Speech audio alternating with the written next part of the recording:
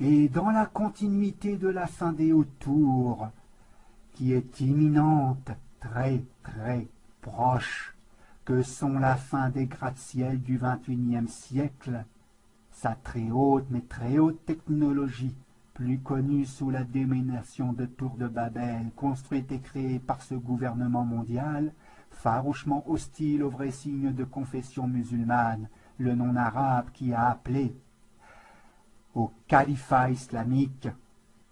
Vient ensuite le hadith affiché devant vous sur la manipulation du climat par les partisans de l'Antichrist, en arabe al-Masih ad-Dajjal, avec le projet HARP, High Aurora Research Program, dont l'une de ses installations sur Terre se trouve en Alaska, en photo devant vous, et très bien expliquée dans la vidéo ci-après, qui n'est autre qu'un programme caché du gouvernement mondial antichrist, qui consiste à manipuler le climat, faisant croire ainsi à une recherche scientifique sur la ionosphère, qui a fini par dérégler les 4 saisons qui ne se ressemblent plus, et ce, non seulement afin de provoquer une immigration massive de l'hémisphère sud vers l'hémisphère nord, semant ainsi désordre et corruption sur la terre, par une invention d'une nouvelle catégorie de réfugiés qu'ils appelleront ou qu'ils appellent des réfugiés climatiques, mais aussi et surtout afin de faire payer plus les populations de l'hémisphère nord en les réduisant en esclavage pour construire le paradis terrestre. Des dirigeants infidèles aux lois d'Allah dans l'hémisphère sud, avec de nouvelles taxes en tout genre par la complicité de la franc-maçonnerie athée et laïque dans l'hémisphère nord, pour ensuite faire sortir le paradis terrestre des déserts africains et des déserts arabes, que sont les imposteurs dans l'hémisphère sud, ayant suivi le faux messie, l'antéchrist, al-Masih ad-Dajjal, si proche des athées et des peuples infidèles aux lois d'Allah, avec des jardins, des vergers, qui sortent maintenant sous vos yeux, tout comme le montre une des nombreuses preuves en photo devant vous, après avoir manipulé le climat pour en prendre le contrôle et faire pleuvoir là où il y a des déserts, chez les imposteurs et les hypocrites, dans l'hémisphère sud, qui repeuplent l'hémisphère nord, tout en réduisant en esclavage les populations de l'hémisphère nord, y compris les musulmans de l'hémisphère nord, qui ferait mieux de se réveiller. Et tout comme le hadith sur les signes précurseurs de la dernière heure de l'humanité l'indique clairement, avec la manipulation du climat par le gouvernement mondial, de l'infidélité aux lois et volontés d'Allah, que sont les traîtres à l'islam, de même que les juifs et les chrétiens, et les athées qui dirigent l'hémisphère du sud, mais aussi le gouvernement mondial, de l'incroyance en l'existence du Créateur unique et sans associé, des cieux et de la terre, que sont les dirigeants de l'hémisphère nord. Bonjour à tous. L'armée américaine chercherait-elle un moyen de contrôler le climat? C'est la question qu'on se pose aujourd'hui dans les reportages. Contrôler le climat en déclenchant par exemple des cyclones ou en provoquant des sécheresses. L'idée paraît farfelue et pourtant, en plein Alaska, l'armée américaine développe depuis plusieurs années un programme de recherche scientifique et militaire sur l'ionosphère. Alors fantasme ou réalité, voici l'enquête d'Audrey Avram sur un récit d'Adrien Pinon. Et si un jour nous pouvions contrôler le climat? Nous sommes en Alaska, au milieu des glaces. Derrière ces grilles, sur plus de 20 hectares, se trouve une base de l'armée américaine. De loin, on distingue une forêt d'antennes de plus de 20 mètres de haut. Il y en a plus de 80. Officiellement, cette base abrite un programme de recherche scientifique et militaire sur l'ionosphère, l'une des couches de l'atmosphère. Nom de code, HARP. Un nom qui suscite de nombreuses rumeurs et interrogations depuis des années. On pense généralement que les Américains y étudient le contrôle des communications, voire des phénomènes climatiques. Nick Begich est chercheur. Cela fait 15 ans qu'il tente d'en savoir plus sur les expériences menées au cœur de l'Alaska. Après plusieurs années d'enquête, il est arrivé à rentrer en contact avec l'un des concepteurs du projet HAARP, le physicien Bernard Island, qui veut lui donner accès à des données confidentielles. Ce qui est apparu à la lecture de ces brevets concernait des recherches pour manipuler le climat, des manipulations climatiques, voire même des manipulations de l'environnement de manière très particulière, tout ça pour des applications militaires. Manipuler le climat, cela paraît impensable. Mais être capable d'envoyer un cyclone ou une sécheresse chez ses ennemis, cela ressemble à l'arme absolue. Les Américains essaient-ils vraiment de contrôler les phénomènes climatiques? C'est ce que croit Luc Montpet, chercheur pour le groupe de recherche et d'information sur la paix et la sécurité.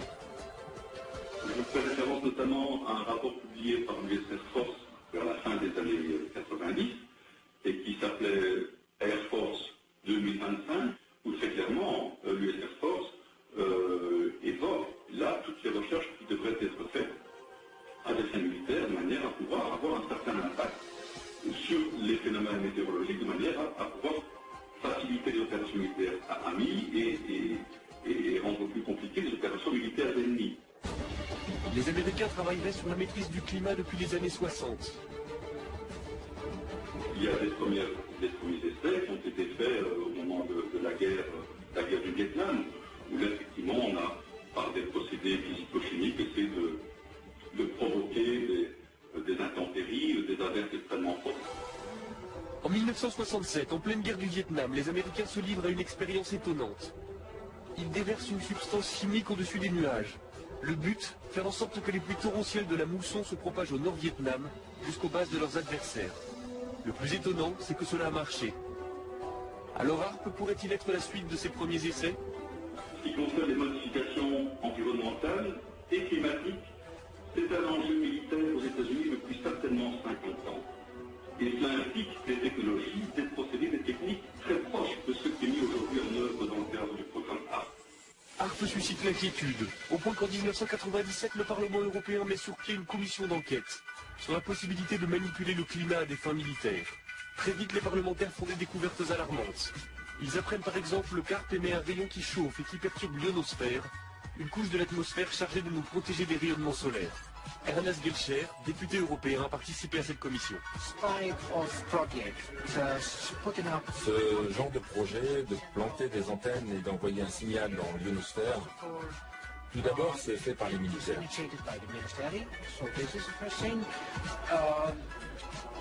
Ils ne savent même pas quel impact ces expériences pourraient avoir.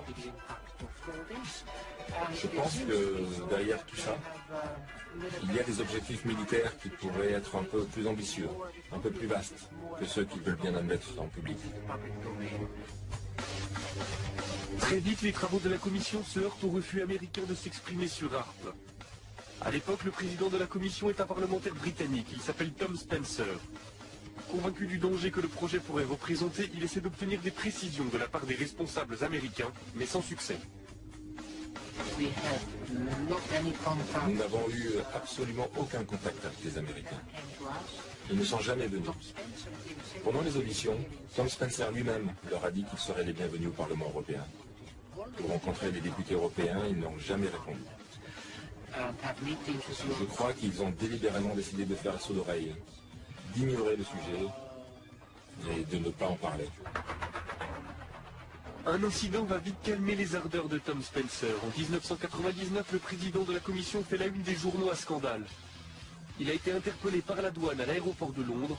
En fouillant sa valise, les douaniers ont découvert une vidéo pornographique gay et quelques grammes de cannabis. La carrière politique du député est brisée, la commission déstabilisée. Nick Begich a gardé le contact avec l'ancien député. Il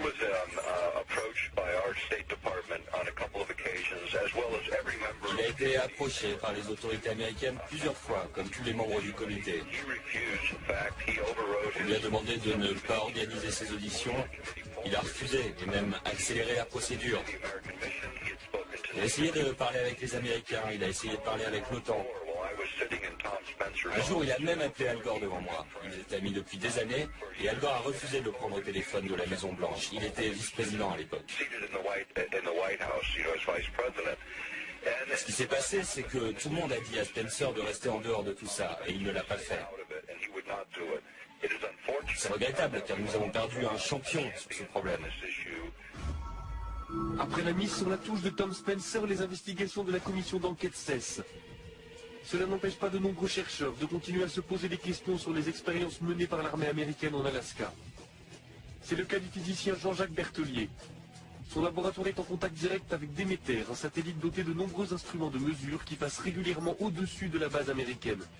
Lorsqu'on passe au-dessus de là, on voit quelque chose qui n'a pas l'air, pour un profane, n'est pas très étonnant, mais on voit ici un signal à 1 méga, à peu près un petit peu plus de 1 méga, qui est une émission dont on sait que c'est émis par HAARP. Alors, vous voyez bien que dans le milieu naturel, il n'y a pas ce genre d'émission. Et ce qu'on voit surtout qui est intriguant, c'est le fait qu'on a une baisse d'un facteur 2 ou 3 de la densité et une augmentation assez sensible de la température. Ce qui montre que HAARP arrive à modifier quand même assez profondément l'ionosphère. Ainsi, le projet HAARP fonctionne et son rayon peut modifier l'ionosphère. Mais il n'y a pas de preuve formelle que l'objectif est de pouvoir manipuler le climat à des fins militaires. Pourtant, le docteur Begich est persuadé que l'armée américaine possède une arme d'une puissance sans précédent. On va continuer à parler de ce projet pour sensibiliser le public et pour convaincre les politiques de prendre les choses en main. Pour nos libertés, pour nos vies privées, personne ne peut l'ignorer. HAARP, c'est l'une des pièces d'un puzzle très complexe. Le silence de l'armée américaine alimente les peurs et les fantasmes. Personne ne sait si les militaires essaient effectivement de contrôler les phénomènes météorologiques. Mais il est certain que les expériences qui sont menées dans les neiges de l'Alaska perturbent le ciel au-dessus de nos têtes. Des expériences dont nous ne connaîtrons les conséquences que dans quelques années. Mais ne vous inquiétez pas, il n'y a pas que les protestants américains aux États-Unis qui manipulent le climat pour en prendre le contrôle. Il y a aussi les imposteurs manipulateurs d'orthodoxes en Russie et leurs alliés arabes, si proches de Vladimir Poutine, qui eux aussi ont leur projet Soura, qui date des années 90, afin de manipuler le climat pour en prendre le contrôle, tout comme le prouvent les installations Soura en Russie, en photo devant vous et en vidéo, se prenant ainsi l'un et l'autre, Gog et Magog.